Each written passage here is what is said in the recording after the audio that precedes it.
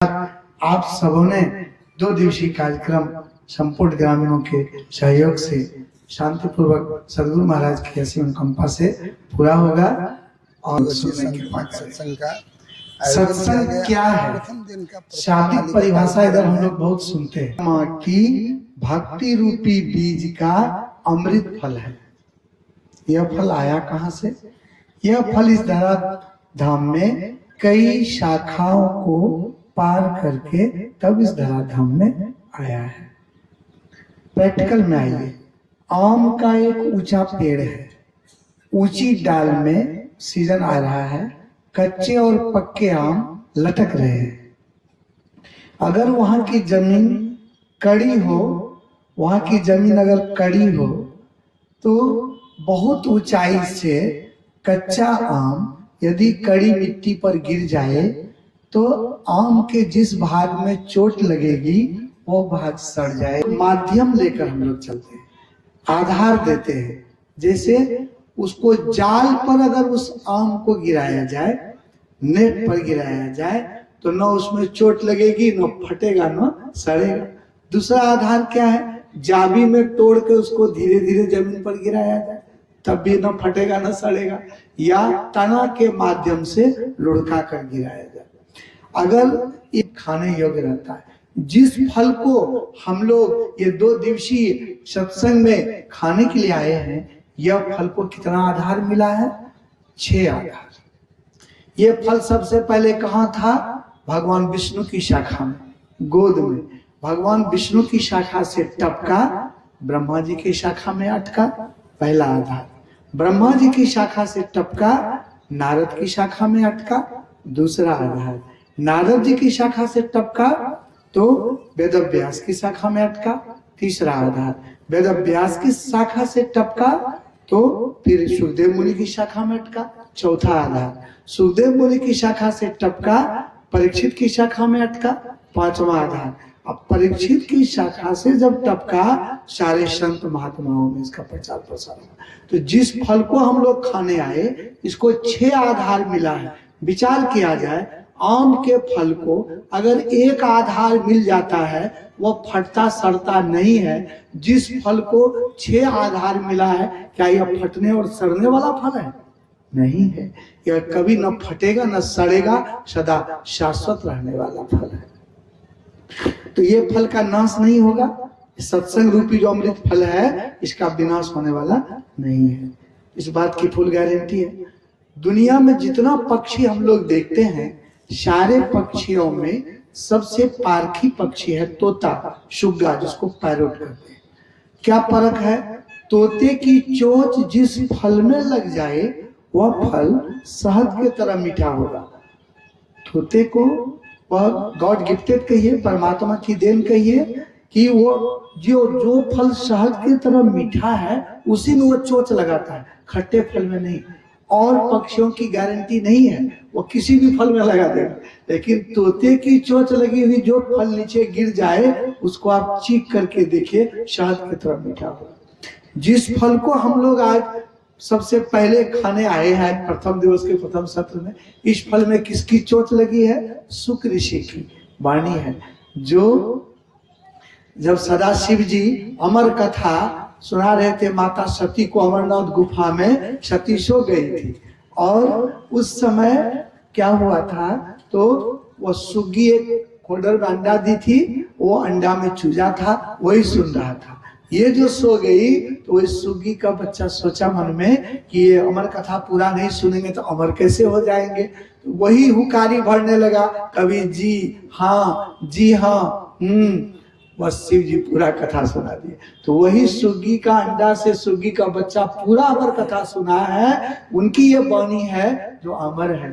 तो तोते की चोंच जिस फल में लग जाए, वह शहद के तरह मीठा होगा।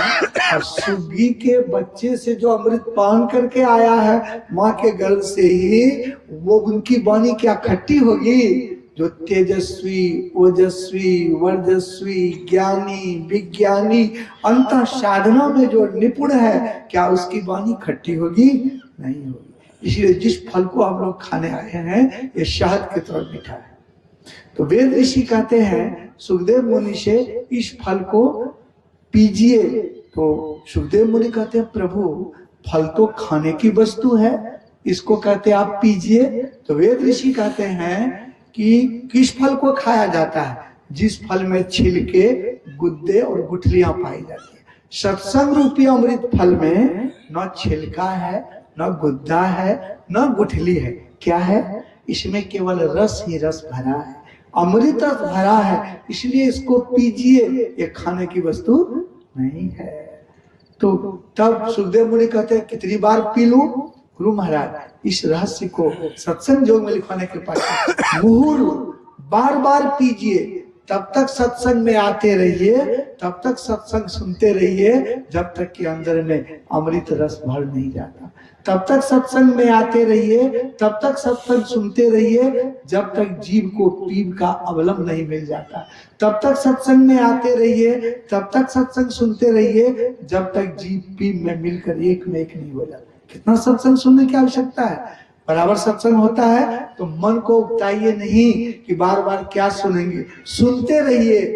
अगर एक दिन त्रिकाल संध्या करेंगे, सुबह अपराह्न शाम सत्संग सुनेंगे, कुप्पा घाट से काला डुमरिया की ओर 4 उंगली खिसकेंगे, दूसरे दिन फिर 4 उंगली। सोचिए भागलपुर से यहाँ आने में कितना जो अवधि लगेगा, कितना समय बीतेगा, कितना सत्संग सुनने की आवश्यकता है, बहुत सुनने की आवश्यकता है।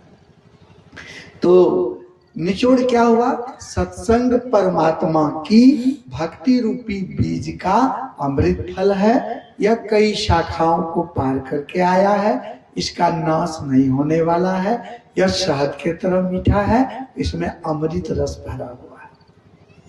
तो अब मन में जिज्ञासा होगी, मैं 7 जिला को टप कर आपके जिला में आया हूँ, अररिया जिला से। तो आपके मन में होगा बाबा कहीं अपनी वाणी तो नहीं सुना दिया? नहीं, मैं प्रमाणित करके बतला देता हूं कि वास्तव में इस फल में अमृत रस भरा हुआ है। पहला प्रमाण संत सम्राट कबीर साहब की वाणी से मिलिए। मैं तो आन पड़ी चोरन के नगर, सत्संग बिना जिए तर से, इस सत्संग में लाभ बहुत है, तुरंत मिलावे गुरु से, मूर्ख जन कोई सार न जाने, सत्संग में अमृत बरसे। क्या बरसता है? अमृत। एक प्रमाण हो गया। गुरु महाराज सत्संग जो भाग 4 में लिखवाने कृपा किए, अद्भुत अंतर की डगरिया, जा पर चलकर प्रभु मिलते, दाता सुख होत महा है, जहां अझर झरते, अमृत ध्वनि की नौबत झरत। क्या बरसता है? अमृत ध्वनि की नौबत झरत, बड़ भागी सुनते, सुनत लखत, सुख लहत अद्भुति में ही बोलते। ये है अमृत फल रस भरा हुआ। 2 हो गया। अभी आरती होगी, अधर भी होता है। यहाँ अधर आकाश से, शून्य से है, शून्य में अमृत की वर्षा होती है। अधर धार अमृत बही आवे, शत मत द्वार अमर रस भीजे। कैसा रस है? पीपी हो सुरत मत वाली, चढ़ी चढ़ी उबगी अमी रस रीझे। या अमी रस क्या है? यही तो अमृत रस है। 3 प्रमाण हो गया। चौथा प्रमाण, जब इस रस को, इस अमृत फल के रस को सहजोबाई पी ली तो क्या कहती है?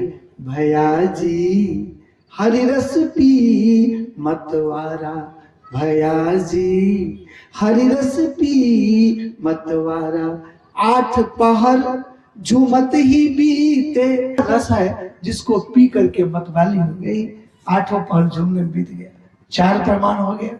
5वां प्रमाण लीजिए, जब मीराबाई तो गली गली हरि गुण गाने लगी, महलों में पली बनके जोगन चली, मीरा रानी दीवानी कहलाने लगी, ऐसी लागी लगन मीरा हो गई मन। अब तो विश्वास हो गया, वाणी पर विचार किया जाए। वो जो वेद व्यंगम योग से लाके लिखवाए, क्यों लिखवाए? ये हम सब ग्रामवासियों को, हम सब जो सत्संगी है, अज्ञान की ओर है, हम लोगों को ज्ञान दिलाने के लिए उन्होंने जो प्रथम भाग के प्रथम वेद मंत्र में उन्होंने लिखवाया, ताकि इसको जानकर हम सब ये समझें हम लोग किधर जा रहे हैं। नर्तन तो मिला, जा किधर रहे। कहा उस प्रसवकर्ता, हम लोग सबसे पहले शुरू में जब सृष्टि नहीं हुई थी, हम लोग कहाँ थे? हमारी आपकी जीवात्मा कहाँ थी? उस प्रसवकर्ता की गोद में। जगह कैसी थी? कहो उस देश की बतिया जहाँ दिवस नहीं रतिया, जहाँ सूरज नहीं तारे, शशि न सूरज दिवस न रजनी, नहीं साँझ नहीं भोर, कुछ नहीं। लेकिन जगह कैसी थी? पूरे प्रकाश रहूं दिन राती, नहीं घृत तेल दिया नहीं बाती। बिना तेल बत्ती का पूरे प्रकाश मंडल में रहने वाली ये जीवात्मा आनंद में थी, बहुत आनंद। हम लोग कोई टेंशन नहीं था, नो टेंशन एट ऑल। एकदम ना भूख लगती थी, ना प्यास लगती थी, ना कोई चीज की कामना थी। परमात्मा की गोद में हम लोग शाश्वत सुख में थे। लेकिन परमात्मा की बहुधा श्याम, मैं एक हूँ तू अनेक हो जा। परमात्मा की मौज से हम लोग कहाँ आए? परमात्मा की गोद से जो निकले तो कहाँ आए? वेद कहता है नाना जोनी समुत्पन्ना, नाना क्लेश समन्विता। अलग अलग जोनियों में आए, बहुत दुख भोगे, क्लेश भोगे। इसी को गोस्वामी जी लिखने कृपा किए कि हम लोग परमात्मा की गोद से आए तो सप्तम सोपान उत्तरकांड में आकर 4,84,000 जोनि भ्रमती अजीव अविनाशी। 4 खानी 84 लाख जोनियों में हमारी आपकी जीवात्मा 2.25 अरब वर्षों तक भ्रमण की। कितना कष्ट हुआ? हम लोग कीड़ा मकोड़ा बने, पेड़ पौधे बने, जानवर बने, पक्षी बने, कितना कष्ट हुआ? 2.25 अरब वर्ष यही है, इतना दिन कष्ट खाते। अब की बार कबहुक करी करुणा नर देही, देत ईश बिनु हेतु सनई।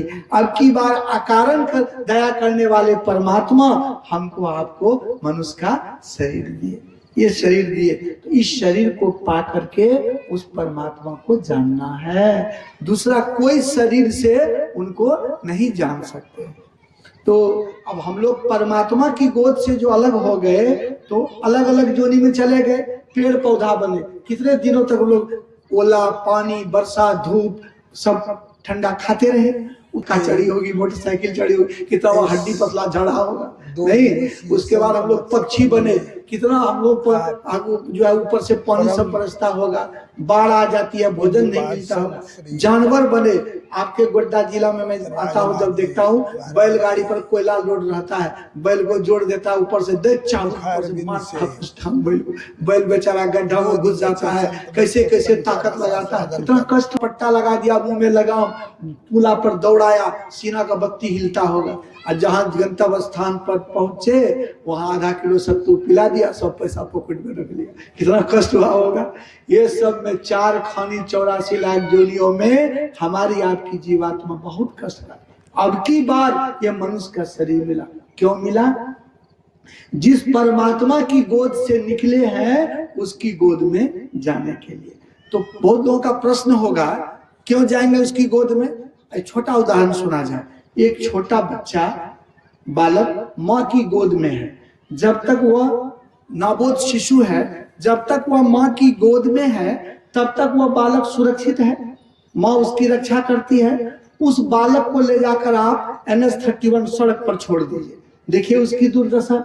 उधर से वाहन आएगी वो ठोकर मारेगी, उधर से जानवर आएगा वो ठोकर मारेगा, नहीं बिच्छू रेंगता जाएगा वो डंक मारेगा, सांप रेंगता जाएगा वो डसेगा। बच्चे की बुद्धि है नहीं, कहीं पानी में चला गया डूब कर मरेगा, कहीं अग्नि बगल में जलती है उसमें चला गया जलकर मरेगा। तो जब तक वह बच्चा, वह बालक सड़क पर है उसकी दुर्दशा ही दुर्दशा है।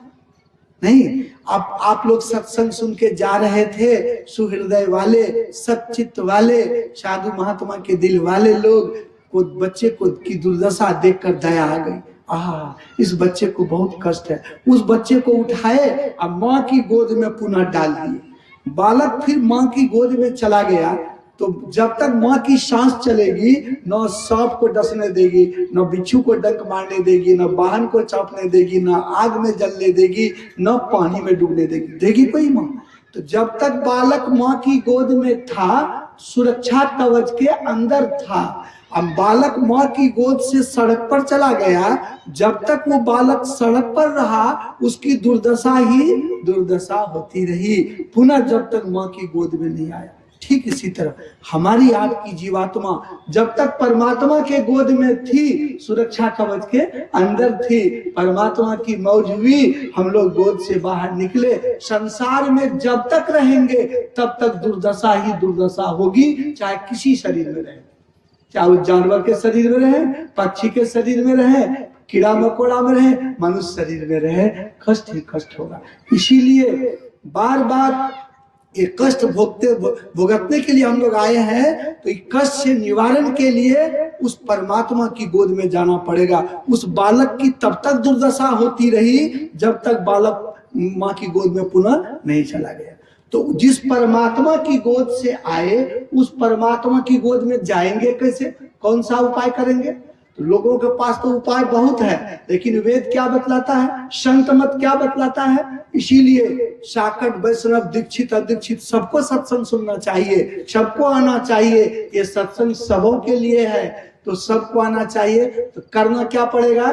गुरु महाराज लिखने कृपा के लिए किए हैं पदावली में, यही विधि जय वैभव पार मोर गुरु भेद दिए। कौन विधि? दृष्टि युगल कर लेब सुख मानिया हो, देखब अजब रंग रूप मोर गुरु भेद दिए। तो गुरु महाराज बताए यही विधि जब भव पार। और दुनिया के लोग से पूछिए कहता चोरे कर यही विधि जब भव पार अगरबत्ती वाला। तो बताइए ये संत मत के ज्ञान को नहीं समझ से तो जाएंगे कहाँ? आप पोखर में चले जाइए, पानी उठा के ऊपर फेंकिए, पानी कहाँ गिरेगा? उसी पोखर में, जल में। आप खेत में चले जाइए, मिट्टी उठा के ऊपर फेंकिए, मिट्टी कहाँ गिरेगी? ढेला कहाँ गिरेगी? उसी खेत में। कंकड़ के ढेरी में चले जाइए, कंकड़ उठा के ऊपर फेंकिए, कंकड़ कहाँ गिरेगा? उसी ढेर में। वस्तु जहां से अलग होती है उसी में मिलने की प्रवृत्ति होती है, टेंडेंसी होती है। हम लोग, हमारी आपकी जीवात्मा परमात्मा के गोद से अलग हुई है, इसीलिए इसको परमात्मा की गोद में ही जाने की प्रवृत्ति है। तो परमात्मा की गोद में जाएंगे कैसे? अब आइए सत्संग योग के शुरू में, अब आइए ओम इंजानह। अब देखिए कितना क्लियर कॉन्सेप्ट है। अब चलिए इसमें पहले योग की क्रिया करनी पड़ेगी। परमात्मा के पास जाने के लिए वेद विहंगम योग से गुरु महाराज जो पहला वेद मंत्र लिखवाने कृपा किए, ओम इंजाना प्रथमम, पहले योग की क्रिया करे। पीप को उस पीप में जोड़ेंगे, जीवात्मा को परमात्मा में जोड़ेंगे। कैसे जोड़ेंगे? तो गुरु महाराज लिखने कृपा किए, योग नहीं समझते हो तो बुद्धि योग करो। अब बुद्धि योग तो और भारी हो गया। बुद्धि योग में दोनों धार को चैतन्य रूपी चौकी के दृष्टि पटल पर जोड़ो, ये तो और भारी हो गया। तब गुरु महाराज सोचने कृपा किए कि अगर उसका शाब्दिक अर्थ क्या लिख दिए? सत्संग करो। तो सत्संग खूब करेंगे, सत्संग करते करते सदगुरु की कृपा का पात्र बन जाएंगे। देखिए सत्संग की कितनी महिमा है। जहां सत्संग शुरू हुआ इस स्तुति से, सदगुरु के शरीर से एक नैसर्गिक आभा निकलती है, उसकी एक परिधि बनती है। इस परिधि में कोई भी आएगा उसको लाभ होगा। देव ऋषि नारद की परिधि में रत्नाकर हत्यारा आ गया, वाल्मीकि भगवान बन गया, ज्वलंत उदाहरण। महात्मा बुद्ध के परिधि में अंगुलीमाल डाकू आ गया, भिक्षु बन गया। और शबरी जो मुसरणी जाति की भिल्ली थी, फट्टा फट्टा दांत, थेपचा नाक, मोटी होंठ, काली कलूटी, वो चली गई मातंग ऋषि की परिधि में। तो शबरी कहाँ गई? तजोग पावक देई हरिपद लीन भई जहां नहीं फिरे, वहां चली गई जहां से कोई लौटता नहीं है। ये सब सत्संग की महिमा है, संतों की महिमा है। तो जो इस परिधि में आ जाता है, इस परिधि में वह उसको उस तत्व को प्राप्त कर लेता है। सदगुरु की कृपा हो जाती है। तो सत्संग सुनते सुनते सदगुरु की कृपा का हम आप पात्र बन जाएंगे। जब सदगुरु की कृपा का पात्र बन जाएंगे तब क्या होगा? तब हम लोग जो है उनकी कृपा से कोई आचार्य मिल जाएंगे, हमारे जैसे कोई आचार्य मिल जाएंगे। हम लोग एक पवित्र नाम का जप बतलाते हैं, एक पवित्र रूप का ध्यान बतलाते हैं। वही सत्संग योग में लिखा गया मनस तत्वाय, जिस रूप का ध्यान करते हैं वो मानस ध्यान कहलाता है। तो यही मनस तत्वाय, तो मानस जप करिए, एक पवित्र नाम का जप, मन से एक पवित्र रूप का ध्यान करिए। फिर आगे क्या लिखा, अग्निर ज्योतिर्निचाय, हम लोग बताते हैं दोनों दृष्टि की धार को जोड़िए, जिसको हम लोग दृष्टियों की क्रिया कहते हैं, अग्नि ज्योति का। ये दोनों धार को जब जोड़ेंगे तो बिंदु में जाएंगे, बिंदु में प्रकाश है, प्रकाश मंडल में जब जाएंगे तो प्रकाश में शब्द होती है। जब शब्द चल मिलन आवरण सारे पार में, सदगुरु करुण कर तर ठार धर में ही जावे पार में। तो उस शब्द को, तो जिस परमात्मा की गोद से आए, संसार में इतने दिनों तक इतनी दुर्दशा हुई, उसके पास जाने के लिए क्या करना पड़ेगा, पहले सत्संग करना पड़ेगा। सत्संग करते करते सदगुरु की कृपा का पात्र बनना पड़ेगा। तब आप दूसरा श्लोक में सुने, ओम युक्त्वाय सविता देवांस्वर यतो धिया दिवम बृहद ज्योति करिष्यतः सविता प्रसुवादिता। ऐसे सच्चे संत सदगुरु का इस संसार में प्रादुर्भाव होगा, जिसके ज्ञान को हम लोग जान करके उस परमात्मा के पास जाने का रास्ता सीखेंगे। दूसरा वेद पंथ से पाठ सुन रहे थे। तो इस तरह से